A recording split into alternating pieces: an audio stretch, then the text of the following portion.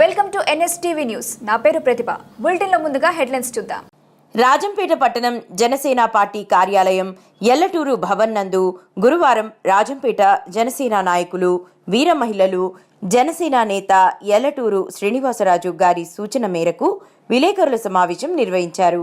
ఈ సమావేశంలో జనసేన పార్టీ రాజంపేట మండల నాయకులు కోలాటం హరికృష్ణ మాట్లాడుతూ, ఈ నెల 2వ తేదీ పొంగనూరులో జరిగిన జనంలో జనసేన సభలో నిజాలు మాట్లాడిన సుండుపల్లె వీర మహిళ రెడ్డిరాణి మాటలను ఉద్దేశించి అనుచిత వ్యాఖ్యలు చేసిన సుండుపల్లె వైసీపీ నాయకుడు రామస్వామి రెడ్డికి వాళ్ల పార్టీ అధికారం కోల్పోయినప్పటికీ వారికి మహిళలను గౌరవించే సాంప్రదాయం లేదని, రామస్వామి రెడ్డి వెంటనే బహిరంగ క్షమాపణ చెప్పాలని, లేదంటే చట్టపరమైన చర్యలు తప్పవని హెచ్చరించారు.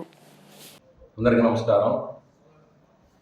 మొన్నటి రోజు పొంగనూరులో జనసేన పార్టీ ఆధ్వర్యంలో నిర్వహించినటువంటి జనం లేక జనసేన అనే కార్యక్రమంలో భాగంగా ఆ కార్యక్రమానికి జనసేన పార్టీ రాష్ట్ర ప్రధాన కార్యదర్శి నాగబాబు గారు కూడా వచ్చారు. ఆ సభను ఉద్దేశించి తర్వాత సుండుపల్లె రామస్వామి రెడ్డి గారు అంట, ఆయన ఎవరో మాకు తెలియదు, జనసేన వీర మహిళ అంటే ఏమిటి, జన సైనికులు అంటే ఏమిటి ముందు మేము తెలుసుకోవాలంట, తర్వాత ఏదైనా మేము మాట్లాడాలంటే తర్వాత మేము మాట్లాడాలంట. అంటే జన సైనికులు అంటే ఏందో, జనసేన వీర మహిళలు అంటే ఏందో తెలియకుండానే మేము జనసేన పార్టీలో లేము. ఒకవేళ జన సైనికులు అంటే ఏదో ఈ రాష్ట్ర ప్రజలకు తెలుసు, జనసేన పార్టీకి తెలుసు, మిగతా ప్రతిపక్షాలన్నిటికీ కూడా తెలుసు. కానీ మీ వైసీపీకి కానీ లేదా మీకెవరికైనా తెలియకంటే కన్నా వినండి. మా పవన్ కళ్యాణ్ గారు ఎప్పుడో చెప్పారు, జన సైనికులు అంటే మబ్బుల్లో పరిగెత్తే పిడుగులు లాంటి వాళ్ళని. ఇంకోటి ఏమంటే, మన దేశానికి 4 దిక్కుల ఎలా అయితే కాపలా కాస్తున్నారో ఆర్మీ కానీ, నేవీ కానీ, ఎయిర్ ఫోర్స్ కానీ, అదే మార ఆంధ్రప్రదేశ్ రాష్ట్రానికి మేము 4 దిక్కుల్లో కూడా పేద బడుగు బలహీన వర్గాల కోసం, వాళ్లకు అందాల్సిన ఫలాల కోసం, ఇంకా సమాజంలో జరిగే ఈ దురాక్రమాలను నివారించడం కోసం మేమున్నాం. మమ్మల్ని జన సైనికులు అంటారు. వీర మహిళలు అది కూడా చెప్తాయినండి. వీర మహిళలకు ఏ పార్టీలో కూడా ప్రాధాన్యం లేదు. మీ పార్టీలో ముఖ్యంగా మా జనసేన పార్టీలో వీర మహిళలు అంటే చాలా మంచి ప్రాముఖ్యత ఉన్నది.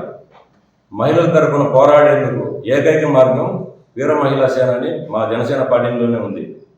మహిళలు జరుగుతున్న దురాక్రమాల గురించి కానీ, వాళ్ళపైన సమాజం చూపిస్తున్నటువంటి చిన్న చూపుకు కానీ, ప్రతిదానికి కానీ, పేదవాళ్ళ తరపున పోరాడడం కానీ, మహిళా లోకం కోసం విద్యార్థులు కానించి గృహిణుల వరకు ప్రతి ఒక్కరి కోసం పోరాడేందుకే మా జనసేన వీర మహిళ విభాగం ఉంది. మీకు అది కూడా తెలియకంటే తెలుసుకోండి. మీరు ఏదైనా కానీ ప్రభుత్వ పాలసీలపైన మాట్లాడండి, ప్రభుత్వాన్ని విమర్శించండి, అంతేగాని మీ పాత వైసీపీ వాసన పోగొట్టుకోకుండా ఉండండి. ఏదంటే మీరు వ్యక్తిగత విమర్శలకైతే తావివద్దు. మీకు హెచ్చరించి చెప్తున్నాం, వ్యక్తిగత విమర్శలు అయితే చేయొద్దు. మా పవన్ కళ్యాణ్ గారు చెప్పారు, పాలసీల మీద మాత్రమే మాట్లాడండి, వ్యక్తిగతంగా మాట్లాడుతాయి. మేము దానికి కట్టుబడి ఉండి అధికారంలో ఉన్న ప్రతిపక్షంలో ఉన్నా కూడా ప్రభుత్వ పాలసీల పైన మాత్రం మాట్లాడుతున్నాం తప్పితే వ్యక్తిగతంగా మేము ఏ రోజు మాట్లాడాల. ఇన్ని రోజులు కూడా సహించాం.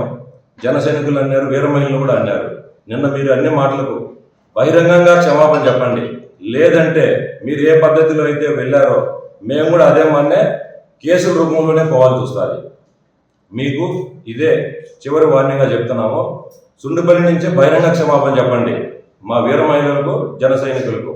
లేదంటే మాత్రం మేము చట్టపరంగా చేయబోయే చర్యలకు మాత్రం బాధ్యత మీరు తీసుకోవాల్సి వస్తుంది. జై జనసేన. నాయకులు, వైసీపీ నాయకులు వీర మహిళల మీద చేసిన ఆరోపణలు కావచ్చు, నిందలు కావచ్చు, ఏదైనా కావచ్చు, చేసిన దానికి క్షమాపణ చెప్పవలసిందిగా మేము జనసేన తరఫున వీర మహిళలుగా కోరుతున్నాం.